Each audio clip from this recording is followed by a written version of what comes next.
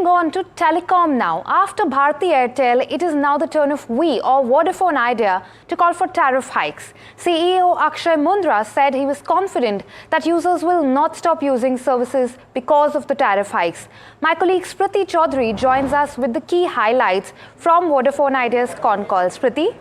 Well, yes, in the con call, there's some interesting points that Vodafone Idea's CEO Akshaya Moondra made, and one of them was that Vodafone Idea is actually considering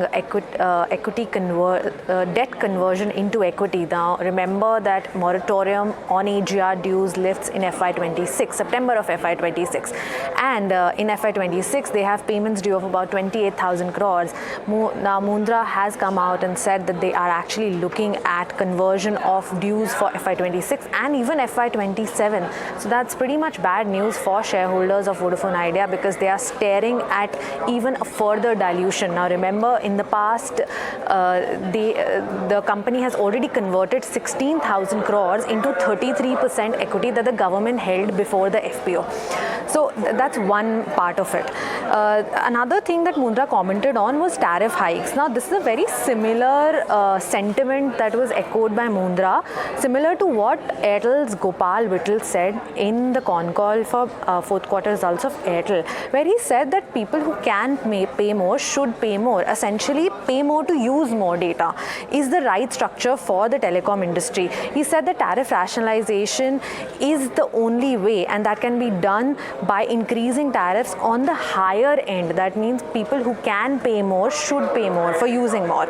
So they said that not a single user will stop using if there is a tariff hike. That essentially means that he sees that any sort of tariff hikes will be well absorbed by the customers. On the capex front, Vodafone Idea said that they're going to spend 50 to 55,000 crores in the next 3 years, and that will be focused on four things. First is expansion of 4G coverage. Next is 5G, setting up of 5G, capex for enterprise business, and capacity growth in 4G services. Now, Moondra also pointed out that they have no interest or no plans yet to invest in fiber to home, and their Vodafone Idea's offering will be limited in this space. They will be partnering with other providers for fiber to home services. What we are looking at is that the fundraise that we are doing, which is the equity which has already been raised, or the preferential issue of about 20,000 and all, and 25,000 of funded debt and 10,000 of non-funded, about 55,000 crores of overall facility available. Yep. The plan is to use that. I mean, it is somewhat some fungibility is there, but an overall conceptual level over the next 3 years, we propose to use it for capex. The internal cash generation would largely be used for clearing the existing debt which is there, clearing some vendor dues.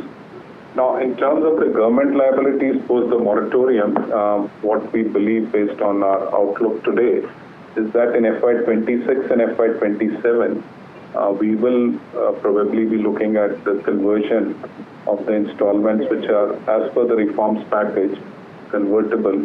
That is what we are currently looking at. We've been engaged with the banks for a long time, and it was their ask that first the equity raise should be completed. So I think we've done that. We have started engagement with the banks again.